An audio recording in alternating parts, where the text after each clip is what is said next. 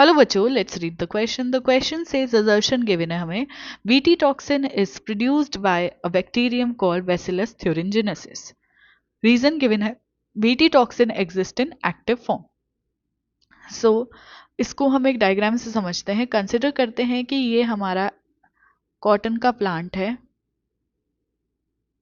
ठीक है, ये कॉटन के प्लांट की लीव हो गई. ठीक है, ये हमारा कॉटन का प्लांट है.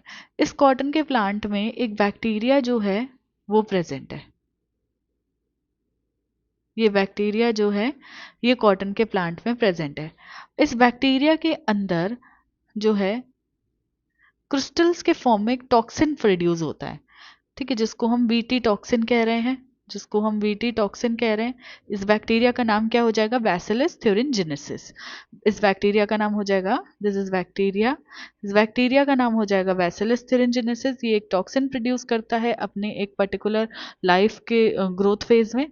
ठीक है, सो उस क्रिस्टल्स के फॉर्म में उसका हम नाम देते हैं बीटी टॉक्सिन, मतलब कि बैसिलस थ्यूरिनजेनेसिस में प्रोड्यूस होने वाला टॉक्सिन. ठीक है, अब ये जो बीटी टॉक्सिन होता है ये बैक्टीरिया को हार्म नहीं करता है, क्योंकि बैक्टीरिया में जब ये प्रोड्यूस हो रहा है तो ये इनएक्टिव फॉर्म में प्रोड्यूस होता है, इसलिए इसको प्रोटॉक्सिन कहा जाता है. ठीक है, क्योंकि ये इनएक्टिव फॉर्म में प्रोड्यूस हो रहा है और बैक्टीरिया को हार्म नहीं करता है. वहीं पे अगर हम माने कि कोई इंसेक्ट आया, मान लो कि ये इंसेक्ट आया इस प्लांट को खाने के लिए, तो इस प्लांट के साथ साथ इस बैक्टीरिया को भी वो क्या करेगा? इनगल्फ कर जाएगा. अब इस इंसेक्ट की मिड गट में जाके क्या होता है? ये प्रोटॉक्सिन एक्टिवेट हो जाता है और उसके मिड गट की जो एपिथेलियल सेल्स हैं उनमें पोर्स क्रिएट कर देता है, स्वेलिंग क्रिएट कर देता है, और उससे क्या हो जाता है? सेल का लाइसिस हो जाता है और इंसेक्ट की डेथ हो जाती है. ठीक है, सो बेसिकली ये बैक्टीरिया जो है ये इस प्लांट के लिए यूजफुल चीज हो गई. ठीक है, so BT toxin is produced by a bacterium called Bacillus thuringiensis. तो असर्शन हमारा करेक्ट है. सेकंड गिवन है BT toxin exist in active form. So BT toxin जो है एक्टिव फॉर्म में एग्जिस्ट नहीं करता है, it exist in inactive protoxin form में एग्जिस्ट करता है.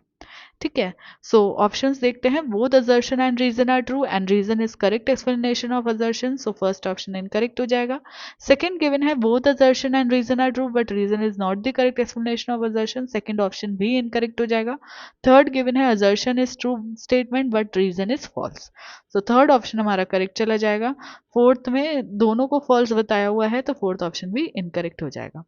ठीक है, सो हमारा करेक्ट ऑप्शन चला जाएगा ऑप्शन नंबर 3. इसके रिगार्डिंग इन्फॉर्मेशन आपको न्यू एनसीईआरटी में पेज नंबर 180 पे मिलेगा.